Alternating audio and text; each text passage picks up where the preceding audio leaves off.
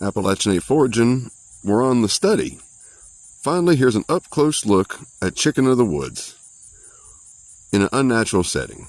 First and foremost, I have always thought it looks like a chicken. You see it? Something on a rooster's head, like it just makes me think of a chicken. It really does. One of the most definitive features of chicken of the woods, being a polypore, is its polypores. Its many holes. These are its gills.